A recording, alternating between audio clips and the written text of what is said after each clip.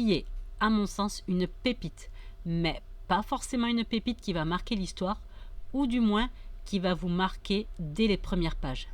Par l'auteur Tamura Ryuhei, ce shonen en 5 tomes, publié chez Kazé, nouvellement Crunchyroll, va perdre beaucoup de lecteurs sur son premier tome, tant il est what the fuck. Les dessins sont classiques, néanmoins qualitatifs, avec une bonne dose de SD pour l'humour. Alors pour ceux qui ne le savent pas, l'abréviation SD provient de l'anglais Super Deformed, qui signifie super déformé. Le style très populaire du kawaii en fait d'ailleurs partie à la base. Des dessins ok donc, mais le problème dans ce premier tome, c'est de découvrir subitement que l'un des protagonistes principaux est un dauphin policier. Et oui, ce que ne dit pas le titre, c'est que le badascope, en effet, c'est le cliché du dur à cuire qui se retrouve muté à la campagne, rien d'original. Mais le dolphin, ce n'est absolument pas un flipper le dauphin, un compagnon animalier, héros silencieux, quoique intelligent.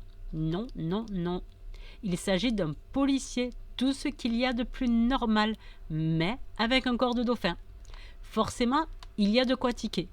De plus, les enquêtes de ce premier tome sont plutôt anecdotiques et forcent même un peu trop sur l'humour burlesque.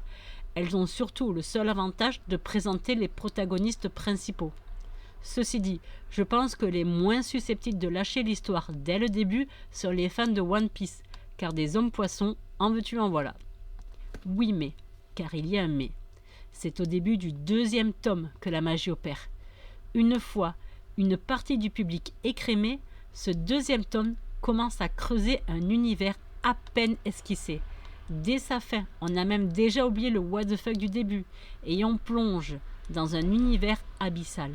Les tomes suivants devraient alors se faire dévorer rapidement par les lecteurs, avec seulement, de temps en temps, des petits chapitres sur le ton de l'humour, même si, là encore, des messages plus sombres se cachent parfois en sous-lecture. Et c'est lorsque l'on a fermé le dernier tome que l'on se dit « Waouh, mais qu'est-ce que je viens de lire ?»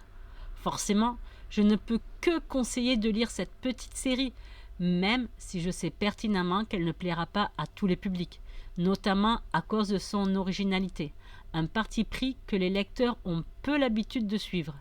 Mais si cela vous tente malgré tout, les livres sont encore largement disponibles en neuf, mais aussi trouvables en occasion. Attention par contre, les derniers tomes ont tendance à être bien plus chers que les premiers sur le marché de l'occasion. Alors ne vous précipitez pas et cherchez un lot ou un neuf. Et sur ce petit conseil, je vous remercie de m'avoir écouté et à bientôt.